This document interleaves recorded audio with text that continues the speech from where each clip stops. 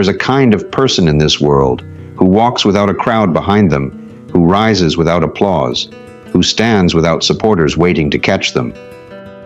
Some fear this type of person, others admire them from a distance. Because the man or woman who doesn't need anyone is someone society can never fully control. Friedrich Nietzsche once wrote, "The individual has always had to struggle to keep from being overwhelmed by the tribe."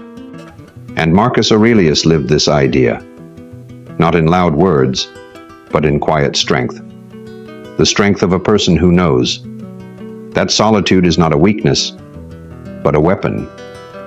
In a world obsessed with validation, likes, followers, approval, the independent thinker is a stranger. He listens to his own voice. He chooses his own battles.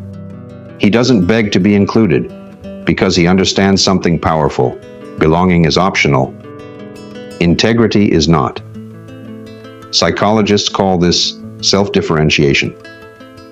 The ability to stay true to yourself, even when the world pressures you to change. And people like that are often labeled dangerous. Why? Because you cannot manipulate a person who is not afraid of being alone. You cannot silence a thinker who refuses to trade truth for acceptance. You cannot break a spirit that learned how to rebuild itself. In darkness, society designs unwritten rules. Follow the group, fit the mold, be predictable. But the self-reliant individual breaks every expectation. They question when others obey. They walk away when others cling. They choose purpose over comfort. They see life not as a path to follow, but as a frontier to conquer. Stoic philosophy teaches us this. Freedom is internal. No one can take it unless you give it to them. A self-reliant person guards this freedom like a treasure. And yet, this path is not easy. True independence demands scars, nights of silence, years misunderstood. The crowd may call them cold, arrogant, distant, but in truth, they are simply building a foundation no earthquake can destroy. Nietzsche said, "No price is too high to pay for the privilege of owning yourself." And that is what makes such a person so powerful. They don't need the world to feel whole, but the world needs them to move forward.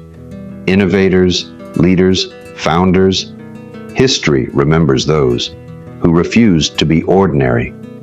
Every breakthrough begins with someone who made peace with being different. So if you feel like you don't fit, don't rush to change yourself.